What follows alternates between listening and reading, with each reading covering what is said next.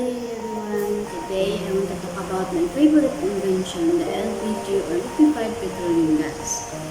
Seryosong usapan na, without this invention, baka hanggang ngayon hindi pa rin tayong mag-prepare kahit na simpleng agalang.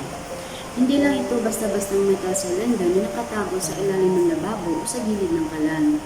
It's actually one of the greatest tools for human survival and efficiency. Isipin nyo, bago tayo makakain, kailangan muna mag-apoy.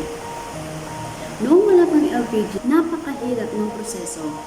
Kailangan mo muna lumabas para manguha at pagpupod ng kahoy. At tapos ay bubuhatin mo pa yan pauwi.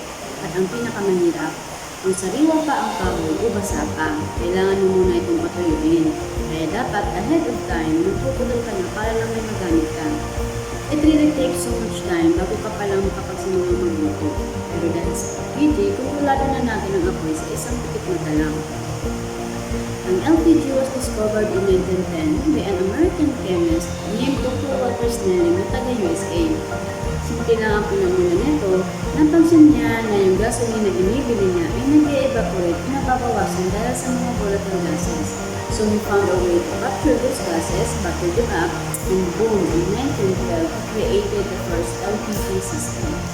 Bago iyon, ang mga tao ay umaasa lang sa kahoy at uling. Bukod sa napakabagal magluto gamit nito, sobrang delikado pa sa kalusugan dahil sa mga usok na nalalangat sa loob ng kusina. Ang LPG ang naging solusyon para maging malinis, mabilis at ligtas ang pagluluto ng bawat pamilya.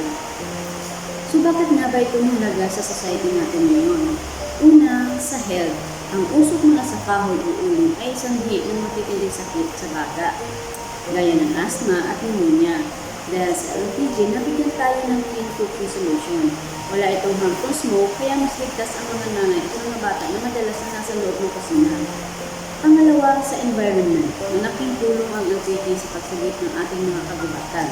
Dahil portable ito at madaling dalhin kahit sa malalayang probinsya, hindi na kailangan ng mga tao na magputulong puno para gawin pang gatong.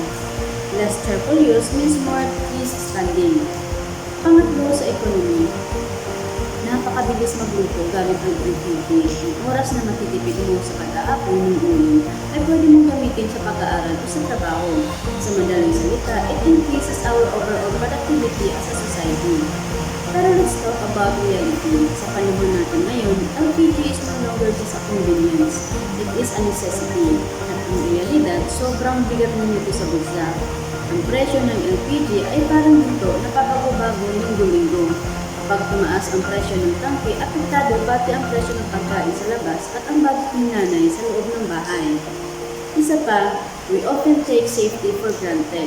Isang maling kabit lang o isang leaking hose, it can turn from a helpful tool into a deadly disaster.